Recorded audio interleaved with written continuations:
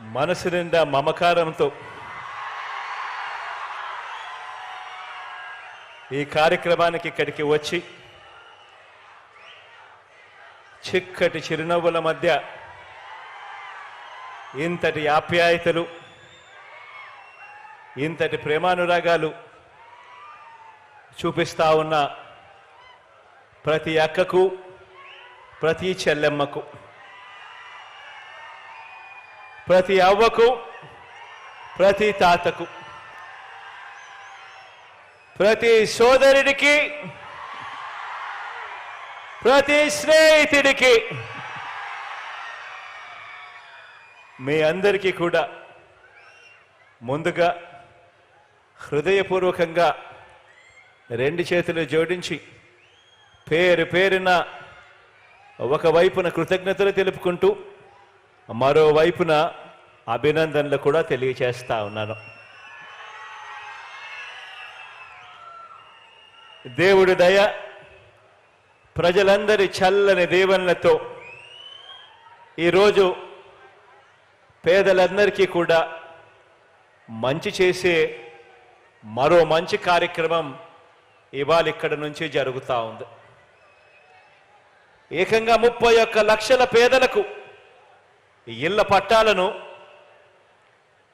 Position సర్టిఫికెట్ల రూపేణా అయితేనేమి, అన్డివైడెడ్ షేర్ ఫ్లాట్ల రూపేణా ఇచ్చే కార్యక్రమం అయితేనేమి, డి పట్టాల రూపేణా ఇచ్చే కార్యక్రమం అయితేనేమి, దేశ చరిత్రలో తొలిసారిగా ఈ రకంగా 31 లక్షల పేదలకు మంచి జరిగిస్తూ ఈరోజు ఆ పేదలకు, ఆ అక్క చెల్లెమ్మలకు ఇచ్చిన డి పట్టాలను సైతం రిజిస్ట్రేషన్ చేసి ఆ అక్క చెల్లెమ్మల చేతుల్లో పెడతా ఉండే మరో మంచి కార్యక్రమం ఈరోజు ఒంగోలు నుంచి ఇక్కడే జరుగుతూ ఉంది అని చెప్పడానికి సంతోషపడతా ఉన్నా.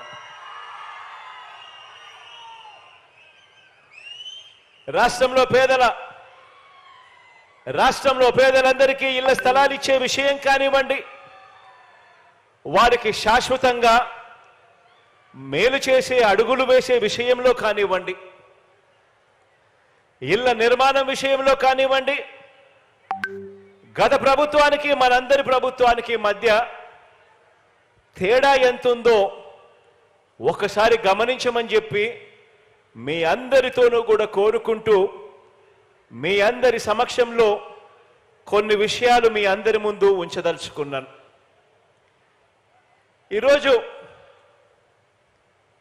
మనం చేసే ప్రతి పని, ఈ 58 నెలల కాలంలో వేసిన ప్రతి అడుగు పేదల జీవితాలు మారాలి, వారి బ్రతుకులు మారాలి, ఆ పేద పిల్లలు ఎదగాలి, ఎదిగి భవిష్యత్తులో పేదరికం నుంచి బయటకు వచ్చే పరిస్థితి రావాలి అని ప్రతి అడుగు పడింది.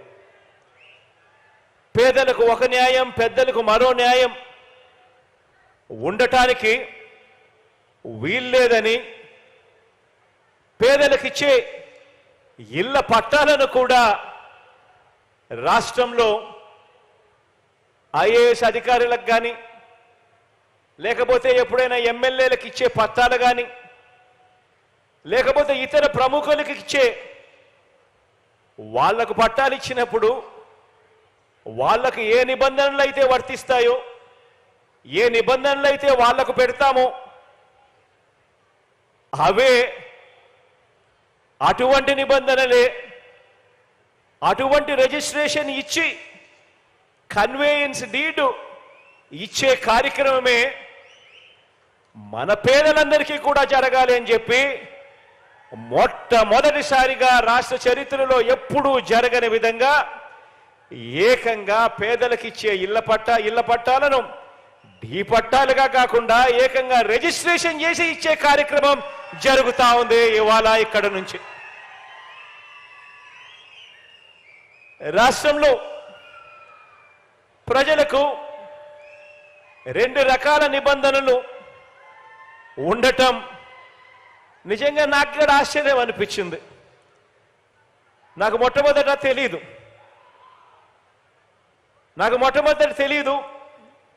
తెలుసుకున్నప్పుడు నాకే ఆశ్చర్యం అనిపించింది. ఏ రాష్ట్రానికైనా కూడా ఈ రకంగా రెండు రకాల నిబంధనలు ఉండడం, పేదలకు ఒక రకమైన నిబంధనలు, పెద్దలకు ఇంకొక రకమైన నిబంధనలు ఉండడం ఏ రాష్ట్రానికైనా కూడా మంచిది కాదు. 77 ఏళ్ల స్వాతంత్రం తర్వాత కూడా మన రాష్ట్రంలో ఈ రకంగా రెండు రకాల విధానాలు ఉండడం మీద తిరుగుబాటు చేస్తూ మనందరి ప్రభుత్వం పరిపాలనా సంస్కరణలను తీసుకువచ్చింది.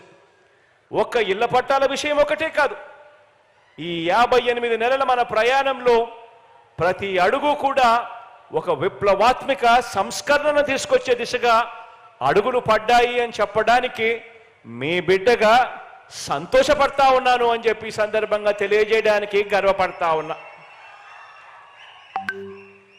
గ్రామానికి గ్రామ ప్రజలకు పట్టణ ప్రజలకు అందించే పౌర సేవల విషయంలో అయితేనేమి, ఇంటింటికి తలుపు తట్టి అందించే సేవల విషయంలో అయితేనేమి, అన్నింటిలోనూ కూడా విప్లవాత్మక మార్పులు తీసుకువచ్చి మనందరి అడుగులు ముందుకు వేసింది అని చెప్తా ఉన్నాను. ఈ విప్లవాలకు మూలం పేదలకు ఒక న్యాయం, పెద్దవారికి ఒక న్యాయం అన్న విధానాన్ని ప్రతి అడుగులోనూ కూడా మార్చేసేయాలి అని తపన తాపత్రయంతో పడిన అడుగులు. పేద పిల్లలకు గవర్నమెంట్ బడి,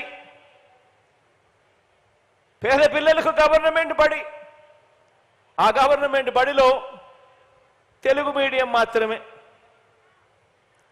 అదే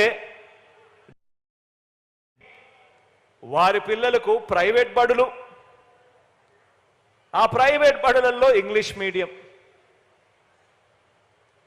కేవలం ఇద్దరి మధ్య తేడా డబ్బులు ఉండడం మాత్రమే.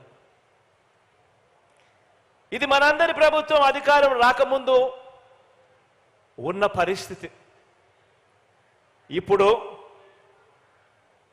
పేద పిల్లలకు ఇంగ్లీష్ మీడియం, అది కూడా మన గవర్నమెంట్ బడులలోనే.